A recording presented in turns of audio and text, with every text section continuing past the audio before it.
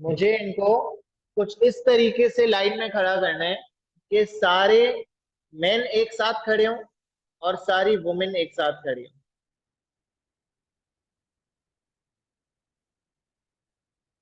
मुझे इन लोगों को ऐसे खड़ा करना है कि सारे मेन जो है वो पहले एक साथ आ जाएं और फिर सारी वुमेन एक साथ आ जाएं। ठीक है, तो अब हम क्या करते हैं, हम पहले सारे मेंस को खड़े कर देते हैं, 6 मेंस, और उसके बाद हम सारे वुमेन्स को खड़े कर देते हैं यहाँ पे 6 वुमेन। ठीक है।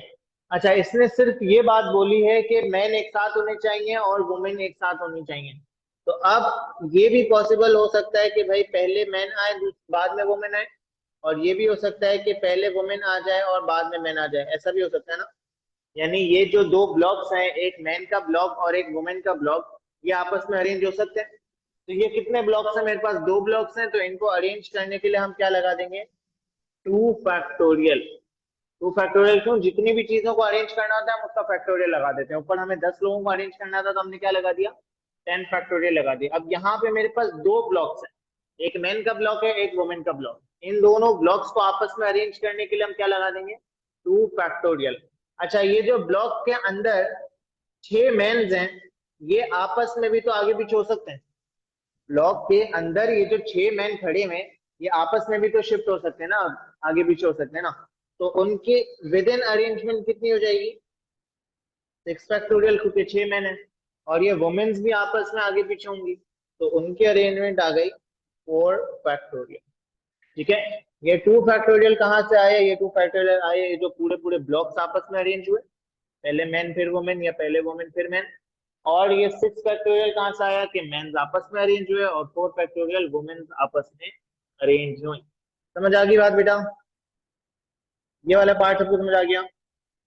जी सर। सर ये कैलकुलेटर में सर ये फैक्टोरियल किधर होता है? बेटा फैक्टोरियल आपको मिलेगा, दिखाओ यार, कैलकुलेटर दो।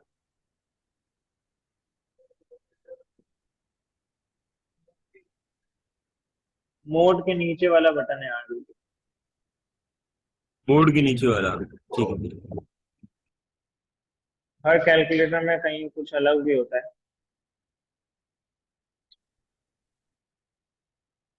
इसमें किधर है, इसमें ये रहा,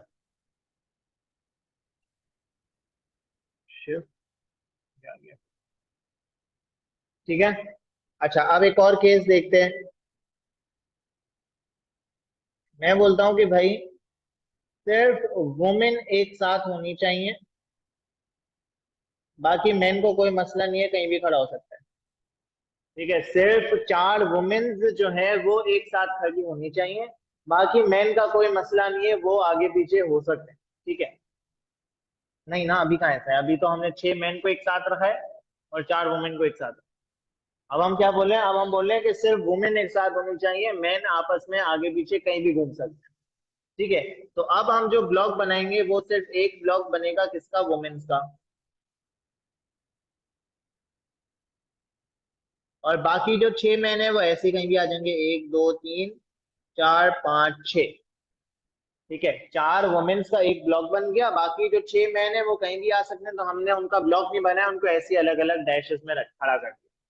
अब मुझे बताओ कि हमें टोटल कितनी चीजें अरेंज करनी है, 1 2 3 4 5 6, और एक वुमेन्स का पूरा ब्लॉक एक काउंट होगा। कितना हो गया, 6 मैन और एक वुमेन का ब्लॉक, ये भी तो काउंट होगा ना। तो कितना हो जाएगा, 7 फैक्टोरियल। हाँ, तो इसीलिए तो उनको अलग अलग काउंट किया है ना, अरेंजमेंट उनकी तो काउंट होगी ना, कि पहले कौन आ रहा है पहले कौन आ रहा है, वो तो काउंट होगा ना। ठीक है, तो 6 मैन और 4 वुमेन्स का एक ब्लॉक, टोटल कितनी चीज हो गए, 7 चीजें हो गई, तो ये हो गया 7 फैक्टोरियल। और चारों वुमेन्स आपस में अरेंज होंगी तो उनका आ गया 4 फैक्टोरियल। ठीक है।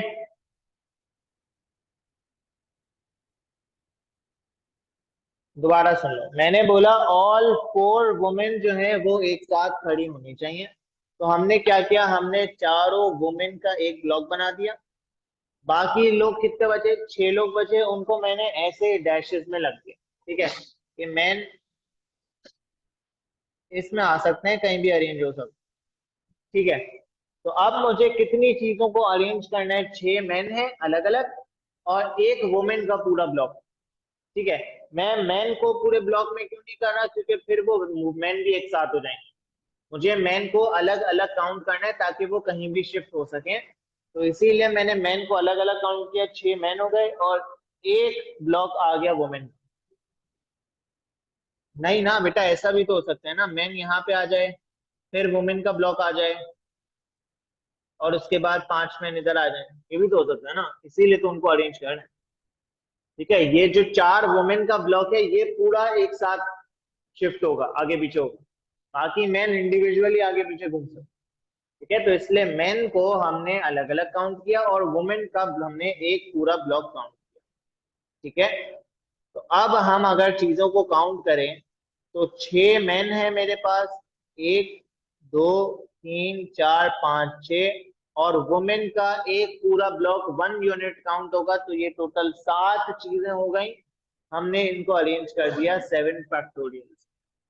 ठीक है, और 4 वुमेन्स जो आपस में शिफ्ट होंगी उनकी अरेंजमेंट आ गई 4 फैक्टोरियल। ठीक है, समझ आ गया। एक और केस करते हैं बिल्कुल इसी तरीके का और क्लियर हो जाएगा। मैं बोलता हूँ कि अब जो है मुझे ऑल मैन को साथ करना है, तो ऑल मैन को साथ करने के लिए क्या करेंगे, हम मैन का एक ब्लॉक बना देते हैं, बाकी 4 वुमेन्स जो आ गई वो डैशेस में आ गई।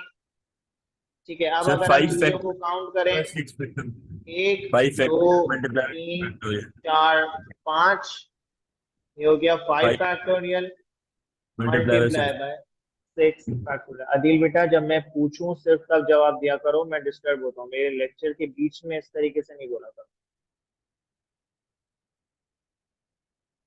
जब मैं ब्रेक लूं, जब मैं पूछूं क्या आंसर होगा तब जवाब। ठीक है, तो ऑल मैन टुगेदर के लिए हमने क्या किया, सारे मैन को एक साथ किया और बाकी जो वुमेन थी उनके हमने अलग अलग डैशेस बना दी। सही है, तो अब हम अगर चीजों को काउंट करें तो 4 वुमेन हो गई अलग अलग और एक मैन का ब्लॉक हो गया, टोटल 5 चीजें, दैट मेक्स इट 5 फैक्टोरियल। और 6 फैक्टोरियल, ये जो मैन थे वो आपस में शिफ्ट होंगे, अरेंज होंगे, तो उसका आ गया 6 फैक्टोरियल। ठीक है, समझ आ गई बात। ऑनलाइन स्टूडेंट बेटा क्लियर है आप?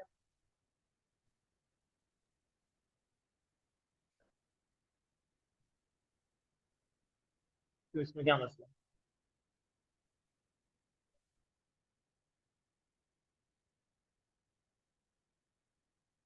अच्छा, अब हम बोलते हैं कि भाई all 4 women must not be together. क्या मतलब है इस बात का, कि भाई आपके पास 10 लोग हैं और जिसमें से 4 वुमेन है। पहले हमने बोला कि चारों वुमेन एक साथ खड़ी होनी चाहिए, तो उनकी हमने अरेंजमेंट कैलकुलेट कर ली। अब हम बोल रहे हैं कि चारों वुमेन एक साथ खड़ी नहीं होनी चाहिए, यानी ऐसा पॉसिबल नहीं होना चाहिए कि चारों औरतें एक साथ खड़ी हुई। ठीक है, हमें कौन सी अरेंजमेंट निकालनी है, ऐसी अरेंजमेंट निकालनी है कि चारों वुमेन एक साथ नहीं होनी चाहिए, भले 3 एक साथ खड़ी हो, भले 2 एक साथ खड़ी हो, मसला नहीं है, लेकिन चारों औरतें एक साथ नहीं खड़ी। हाँ, लड़ेंगी। तो चारों वुमेन एक साथ खड़ी नहीं होनी चाहिए, उनकी अरेंजमेंट कैसे निकालोगे, उसको आपको दो दो काम करने पड़ेंगे, डायरेक्ट नहीं निकाल सकते। दो काम क्या करने पड़ेंगे, आप पहले वो वाली अरेंजमेंट निकालोगे जिसमें सारी औरतें एक साथ खड़ी हुई हैं। आप पहले वो वाली अरेंजमेंट निकालोगे जिसमें all 4 women are standing together. ठीक है, डायरेक्ट नॉट टुगेदर नहीं निकलेगा, आपको पहले टुगेदर निकालना पड़े। तो मैं जो है वो पहले वो वाली एलिमेंट दोबारा से निकाल लेता हूँ जिसमें ऑल 4 वुमेन आर टुगेदर। उसका हो गया 4 वुमेन और 1 2 3 4 5 6, ये था 7 फैक्टोरियल मल्टीप्लाई बाय 4 फैक्टोरियल। ठीक है, हमने क्या किया, पहले वो अरेंजमेंट निकाली जिसमें ऑल 4 वुमेन टुगेदर खड़ी हैं। अब हमें नॉट टुगेदर वाली निकालनी है, तो हम क्या करेंगे, जितनी भी टोटल अरेंजमेंट थी, टोटल अरेंजमेंट मतलब 10 लोग हैं तो उनकी टोटल अरेंजमेंट क्या होगी, 10 फैक्टोरियल ना। जो टोटल अरेंजमेंट थी आपकी विच वॉज 10 फैक्टोरियल, उसमें से अगर आप टुगेदर वाली अरेंजमेंट्स को सब्ट्रैक्ट कर दोगे तो आपके पास क्या आ जाएगा, नॉट टुगेदर वाली अरेंजमेंट्स आ जाएंगी।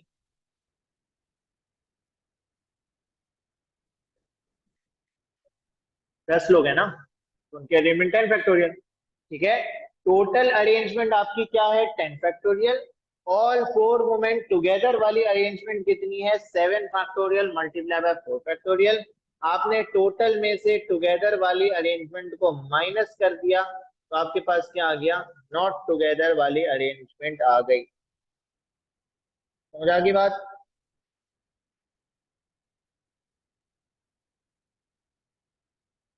क्लियर है बेटा सबको।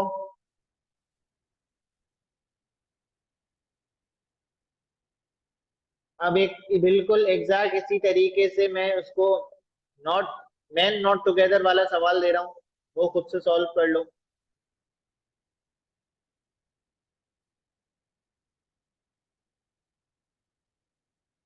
All 6 men must not stand together।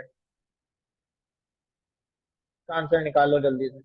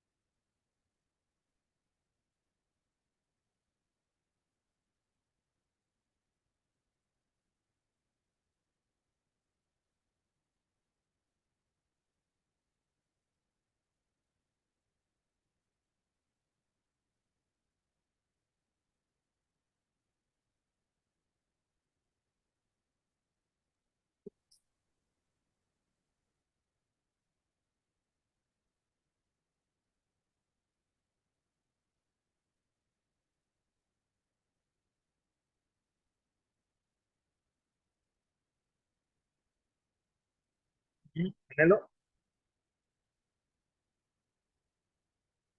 Hello क्या हो गया, 3542 400। पहले हमने क्या किया, पहले हमने 10 फैक्टोरियल माइनस 5 फैक्टोरियल मल्टीप्लाई। सबसे पहले हमने क्या किया, पहले हमने मैन को एक साथ किया,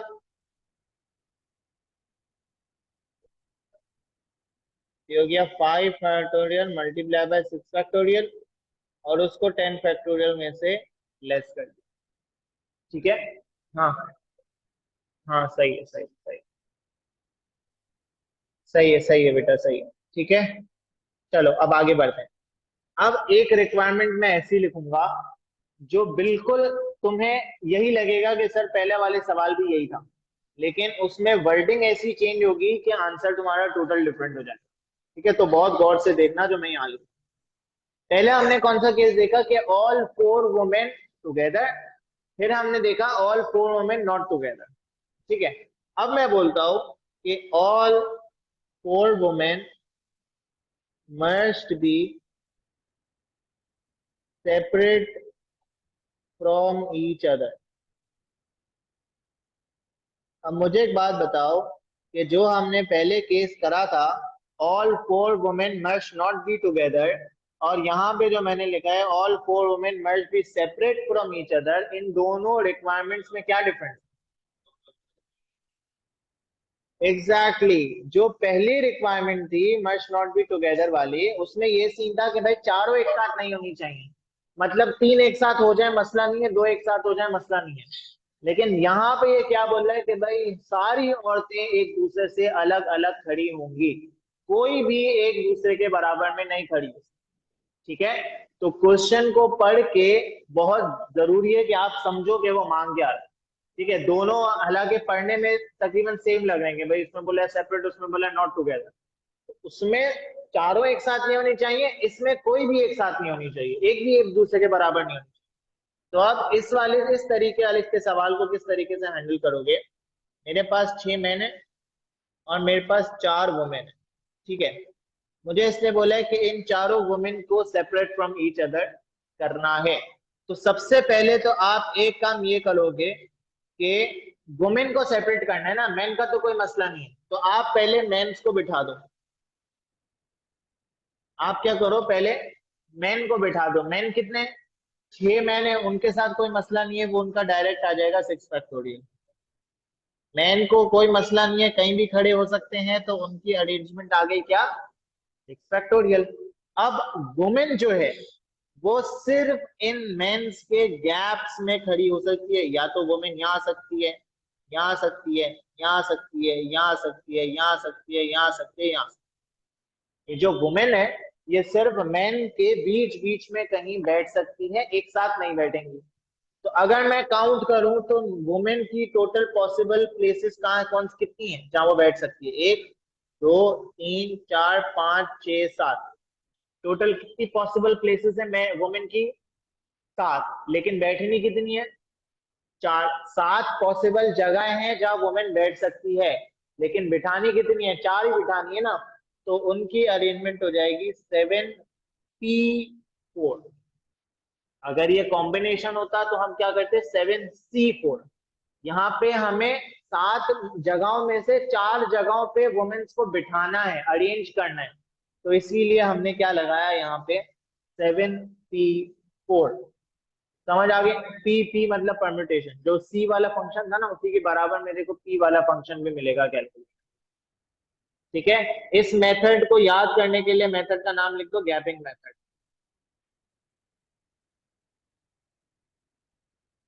जब भी सेपरेट फ्रॉम ईच अदर का केस होगा हम उसको इसी गैपिंग मेथड से सॉल्व करेंगे। समझ आ गया बेटा ये वाला सबको।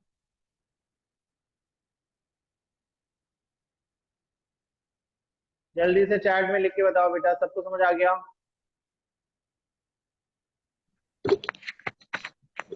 सर ये पी कहाँ पे लिखा होगा है? पी बेटा जहाँ पे एनसीआर लिखा हुआ है ना उसी के बराबर में आपको पी नजर आएगा। डिवाइड के बराबर में ऊपर देखो नजर आ रहा होगा पी, एनपीआर करके। जी जी जी, ठीक है सर। मिल गया। यस सर, मिल गया। ठीक है, ठीक ठीक है। कॉम्बिनेशन के लिए सी, परम्यूटेशन के लिए। अच्छा, अब एक सवाल मैं दे रहा हूँ तुम लोगों को बिल्कुल इसी तरीके का, उसको जरा आंसर निकाल दो। मेरे पास 8 बॉयज हैं और 5 गर्ल्स हैं, और मुझे ऐसी अरेंजमेंट निकालनी है जिसमें all 5 boys together, sorry girls.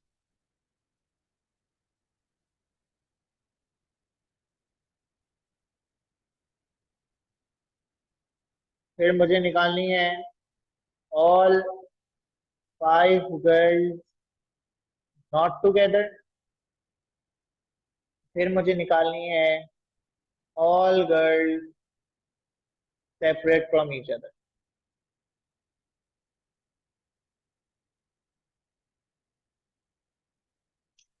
चलो जल्दी से, बहुत आसान सवाल है।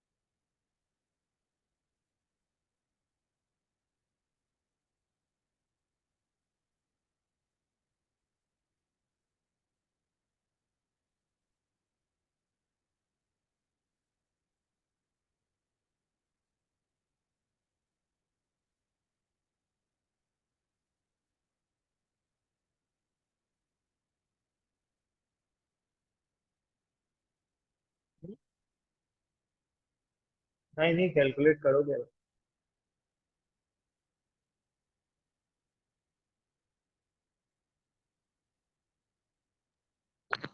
सर इसको 13 से माइनस करेंगे ना? जी बेटा, 13 फैक्टोरियल से माइनस करें। Okay sir.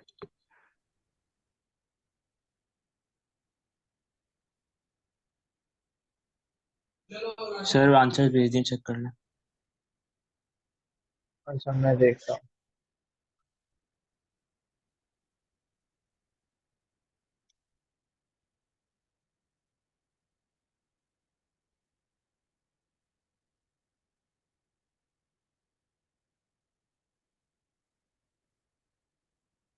Four three 4345600।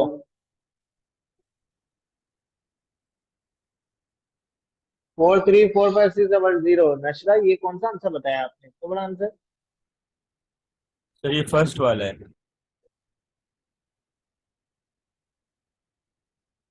अच्छा,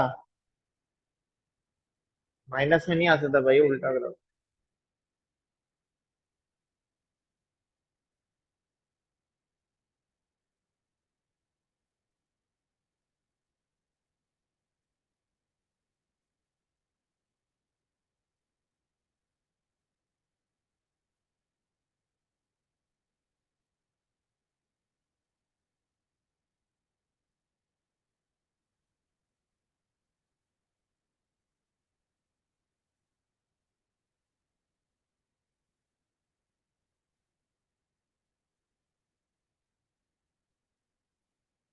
five factorial multiply by 9 factorial, all five together are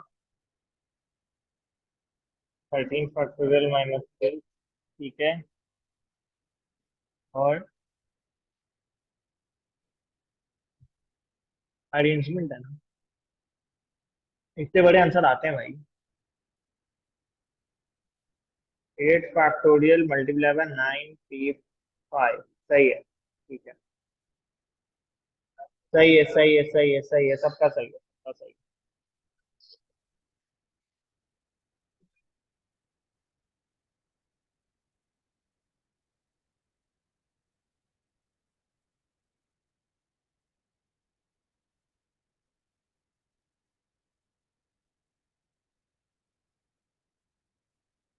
अच्छा, मैं भी कर देता हूँ भाई, देखो मेरा सही होता है।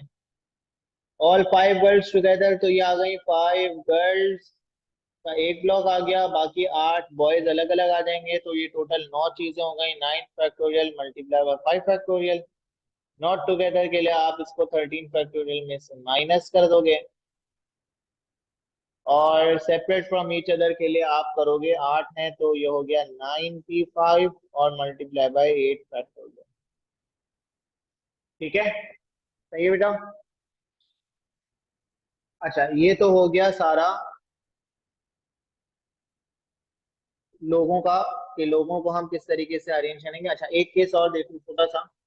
अगर मुझे बोलता है कि भाई यही है मेरे पास 8 बॉयज और 5 गर्ल्स, और मुझे ऐसी अरेंजमेंट निकालनी है कि boys stand at each and, ऐसी अरेंजमेंट निकालनी है कि दोनों एंड्स पे कौन खड़ा होना चाहिए, बॉय खड़ा होना चाहिए, बीच में भले घूमते रहे सब आपस में।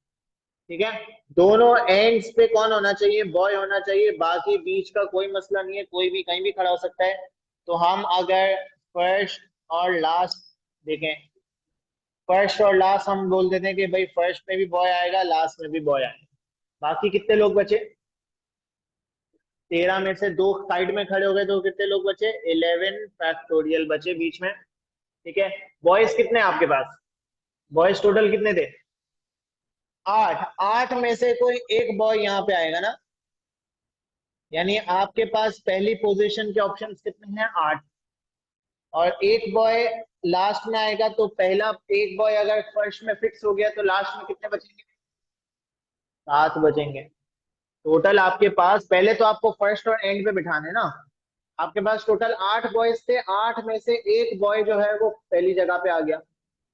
और अब कितने बचे, 7 बचे, तो 7 में से कोई एक लास्ट पोजीशन पे आ गया। बाकी जितने भी बचे उनको हमने बीच के 11 में मर्ज कर दिया और उनको कर दिया 11 फैक्टोरियल। ठीक है, तो इसका आंसर क्या आएगा, 8 multiply by 11 factorial multiply bye 7। समझ आई बात? 8 ऑप्शंस आपके पास फर्स्ट पोजीशन के थे, 7 ऑप्शंस आपके पास लास्ट पोजीशन के थे, और बीच में जो 11 लोग बचे उनको आपने ऐसे ही रैंडमली अरेंज कर दिया 11 फैक्टोरियल से। उसमें बॉय गर्ल का कुछ मसला नहीं था। ठीक है, समझ आ गई बात? यही केस अगर होता कि मुझे बोल रहा कि भाई नहीं बेटा फैक्टोरियल नहीं होगा नशरा, फैक्टोरियल जब होगा जब 8 लोगों को अरेंज करना है, मुझे तो 8 में से कोई एक चाहिए ना। तो इसको आप एक तरीके से ये समझ लो कि 8C1 है। 8C1 क्योंकि 8 ही होता है तो लिखने की जरूरत नहीं है। 8 में से कोई एक बंदा मैं उठा के फर्स्ट पोजीशन पे बिठा रहा हूँ। जब आपको पोजीशन पता है कि मुझे इसको फर्स्ट पोजीशन पे ही बिठाना है, तब तो फैक्टोरियल लगाने की जरूरत ही नहीं है ना।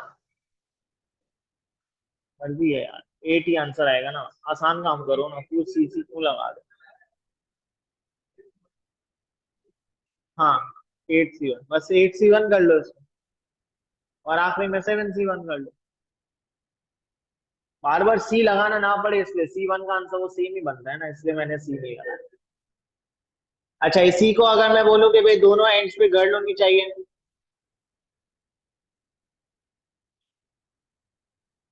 तो टोटल गर्ल्स कितनी आपकी, 5। तो पहली गर्ल होगी और लास्ट गर्ल होगी, तो पहले आपके पास ऑप्शन कितने हैं, 5, लास्ट में ऑप्शन कितने बचे, 4, और बीच में कितने आ जाएंगे, वही 11 फैक्टोरियल। तो इसका आंसर आ जाएगा 5 multiply by 11 factorial multiply bye 4। ठीक है, समझ आ गई बात? बेटा यहां तक किसी को कोई मसला तो मैं आगे बुझाऊं, क्लियर है? सर इसमें ये 5 सर, ये जो आपने फैक्टोरियल नहीं लगाया सर, इसमें सर क्या वजह होती है सर ये? बेटा फैक्टोरियल का मतलब होता है आप अरेंज कर रहे हो ना, अरेंज आपको नहीं करना इन फर्स्ट 2 गर्ल्स को, आपको अरेंज नहीं करना ना। आपको पता है आपको इस गर्ल को 5 में से जो भी एक गर्ल आएगी आपको उसको यहीं पे बिठाना है, ठीक है और सर। बाकी 4 में से जो गर्ल आएगी आपको उसको यहीं पे बिठाना है। फैक्टोरियल जब लगता है जब 2-3 चीजें होती है और उनको आपस में अरेंज करना होता है। यहाँ पे एक ही स्पेसिफिक पोजीशन है और उसी जगह पे आपको एक लड़की को बिठाना है, तो डायरेक्ट आप उसके ऑप्शंस कंसीडर करोगे कि आपके पास 5 ऑप्शंस हैं, 5 में से एक लड़की यहाँ पे आ जाएगी। ठीक है, अच्छा मीटिंग एंड होने वाली है, जल्दी से रीज्वाइन करो। एक छोटा सा और कॉन्सेप्ट दे रहा हूँ, फिर ऑफ करते हैं। बात सुनो जल्दी से। अब देखो, अब मैं बोल रहा हूँ कि भाई मेरे पास जो है वो 5 बुक्स हैं और वो सारी बुक्स आइडेंटिकल हैं, सारी बुक्स क्या हैं, एक जैसी हैं। और मेरे पास 4 कॉपीज हैं और ये भी सारी आइडेंटिकल हैं। और मेरे पास जो है वो 2 जर्नल्स हैं और ये भी सारे आइडेंटिकल। ठीक है, 5 बुक्स हैं, 4 कॉपीज हैं, 2 जर्नल्स हैं, लेकिन मसला क्या है, सारे आइडेंटिकल हैं, कोई मसला नहीं है। सारी पांचों बुक्स एक जैसी हैं, चारों कॉपीज एक जैसी हैं, दोनों जर्नल्स एक जैसे हैं। अब मुझे अगर इनकी अरेंजमेंट निकालनी होगी, ठीक है, अगर मुझे इन सारी चीजों को अरेंज करना होगा, तो सबसे पहले तो काउंट कर लो टोटल कितनी चीजें हैं, 11 चीजें। तो इनके अरेंजमेंट के लिए हम सीधा सीधा क्या लगा देंगे, 11 फैक्टोरियल। के 11 चीजें हैं तो इनकी अरेंजमेंट क्या आ गई, 11 फैक्टोरियल। लेकिन मसला पता है कहाँ आता है, मसला ये आता है कि ये 5 बुक्स जो है ये आइडेंटिकल है। तो अब अगर बुक्स आपस में शिफ्ट करेंगी ना तो कोई मसला नहीं होगा, क्योंकि सारी बुक्स आइडेंटिकल है। यहाँ पे खड़ा कर दो, इनको यहाँ कर दो, कोई इसकी अरेंजमेंट में कोई फर्क नहीं पड़ेगा। तो इसीलिए आप क्या करोगे, आप इसको 5 फैक्टोरियल से डिवाइड कर दोगे, क्योंकि 5 बुक्स आइडेंटिकल है। आप इसको 4 फैक्टोरियल से भी डिवाइड कर दोगे, क्योंकि चारों कॉपीज भी आइडेंटिकल है। आप इसको 2 फैक्टोरियल से भी डिवाइड कर दोगे, क्योंकि दोनों जर्नल्स भी आइडेंटिकल हैं। तो सिंपल सी बात क्या है कि आप नॉर्मली तरीके से अरेंज करोगे चीजों को, लेकिन जो भी चीजें आइडेंटिकल होंगे जितनी भी दफा, हाँ उनको आप उसके फैक्टोरियल से डिवाइड कर दोगे, दैट। ठीक है, जितनी भी चीजें जो भी आइडेंटिकल है, जितनी भी दफा आइडेंटिकल है, 3 है, 4 है, 5 है, जो भी है, आप उसके पूरे पूरे फैक्टोरियल से अपने आंसर को क्या कर दोगे, डिवाइड कर दोगे, आपका आंसर आ जाएगा। ठीक है, समझ आ गई बात बेटा? ये क्लियर है सबको आइडेंटिकल वाली बात? एक छोटा सा सवाल इसको और कर लेते हैं। मैं बोलता हूँ मेरे पास 3 आइडेंटिकल पेन्स हैं और 4 आइडेंटिकल मार्कर्स हैं। मुझे इन सारी चीजों को ऐसे अरेंज करना है कि ऑल पेन्स आर टुगेदर। ऐसे अरेंज करना है कि सारी पेन्स क्या हो, एक साथ हो। तो इनको हम उसी तरीके से करेंगे जैसा हमने किया है टुगेदर वाला केस। देखो सारे तरीका सेम ही है, सिर्फ चेंज क्या आएगा कि आपको आइडेंटिकल के फैक्टोरियल से डिवाइड करना पड़ेगा, बाकी सारी चीजें सेम। तो सारे पेन्स को एक साथ खड़ा कर दोगे, ये हो गया, 3 पेन्स यहाँ पे आ गए और बाकी मार्कर्स आ गए, 1 2 3 4। टोटल कितनी चीजें हैं, 5 चीजें हैं। तो इनकी अरेंजमेंट हो गई 5 फैक्टोरियल, मल्टीप्लाई बाय पेन्स आपस में अरेंज होंगे 3 फैक्टोरियल। और क्योंकि पेन्स आइडेंटिकल हैं तो आप उनके फैक्टोरियल से वो डिवाइड भी कर दोगे। तो ये 3 3 आपस में कैंसिल होकर आपका फाइनल आंसर बनेगा 5 फैक्टोरियल। समझ आई बात क्या? पेन्स आपस में जो अरेंज होंगी, ठीक है, जिस तरीके से पहले काम किया है एग्जैक्टली उसी तरीके से करना है, सिर्फ आपको आइडेंटिकल वाले के फैक्टोरियल से डिवाइड, बस बाकी सारी चीजें से। तो सिर्फ पेन से क्यों करेंगे?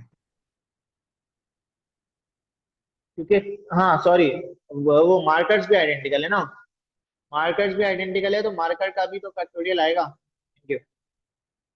मार्कर्स भी आइडेंटिकल है ना, तो मार्कर के फैक्टोरियल से भी आप उसको डिवाइड कर दोगे अपने आंसर को, याद आएगा 5 फैक्टोरियल डिवाइडेड बाय 4 फैक्टोरियल, जो भी आंसर आ रहा है।